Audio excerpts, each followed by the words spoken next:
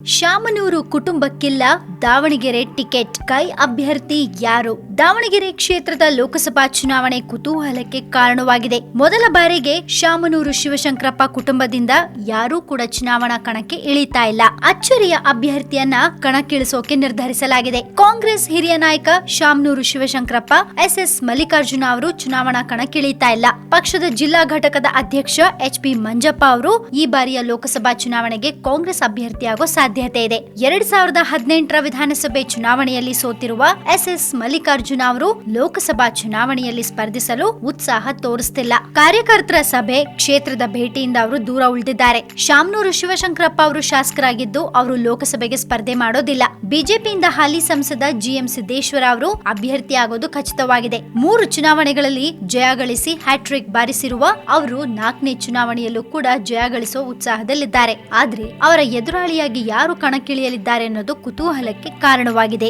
S Mallikarjuna ಅವರು 2004, 2009, 2014ರ ಲೋಕಸಭಾ ಚುನಾವಣೆಯಲ್ಲಿ ದಾವಣಗೆರೆ ಕ್ಷೇತ್ರದಲ್ಲಿ ಸೋತಿದ್ದಾರೆ. 2018ರ ವಿಧಾನಸಭೆ ಚುನಾವಣೆಯಲ್ಲೂ ಕೂಡ ಸೋತ ಮೇಲೆ ಈ ಬಾರಿಯ ಚುನಾವಣೆಗೆ ಸ್ಪರ್ಧಿಸುವ ಉತ್ಸಾಹವನ್ನ ಕಳ್ಕೊಂಡಿದ್ದಾರೆ. ಆದ್ರೆ ಜಿಲ್ಲಾ ಘಟಕದ ಅಭ್ಯರ್ಥಿಯಾಗಿ ಅವರ ಹೆಸರನ್ನ ಶಿಫಾರಸು ಮಾಡಿದೆ. ದಾವಣಗೆರೆ ಕ್ಷೇತ್ರದಿಂದ ಈ ಬಾರಿಯ ಚುನಾವಣೆಗೆ ಜಿಲ್ಲಾ ಘಟಕದ ಅಧ್ಯಕ್ಷ ಎಚ್.ಪಿ. ಮಂಜಪ್ಪ, ಎಸ್ ಮಲ್ಲಿಕಾರ್ಜುನ ಅವರ ಪತ್ನಿ ಪ್ರಭಾ ಮಲ್ಲಿಕಾರ್ಜುನ ಅವರ ಹೆಸರುಗಳು ಕೇಳಿ ಬರ್ತಾ ಇದೆ. ಶಾಮನೂರು ಕುಟುಂಬದವರೇ ಟಿಕೆಟ್ ಪಡಿಬೇಕು ಅನ್ನೋ ಒತ್ತಾಯವನ್ನ ಕಾರ್ಯಕರ್ತರು ಮಾಡ್ತಿದ್ದಾರೆ. ವಿಧಾನ ಪರಿಷತ್ ಸದಸ್ಯ ಎಚ್.ಎಂ. ರೇವಣ್ಣ ಅವರ ಹೆಸರು ಕೂಡ ಕೇಳಿ ಬರ್ತಾ ಇದೆ. ಎಸ್ ಮಲ್ಲಿಕಾರ್ಜುನ ಅವರು ಸ್ಪರ್ಧೆ ಮಾಡದೇ ಇದ್ರೆ ಸೊಸೆ ಪ್ರಭಾ ಮಲ್ಲಿಕಾರ್ಜುನ ಅವ್ರನ್ನಾದ್ರೂ ಕಣಕ್ಕಿಳಿಸಿ ಅಂತ ಕಾರ್ಯಕರ್ತರು ಒತ್ತಾಯ ಮಾಡ್ತಿದ್ದಾರೆ. ಪತಿಯ ಪರವಾಗಿ ಪ್ರಚಾರ ನಡೆಸಿದ ಅನುಭವ ಇರುವ ಪ್ರಭಾ ಅವರು ಜನರಿಗೆ ಕೂಡ ಪರಿಚಯ.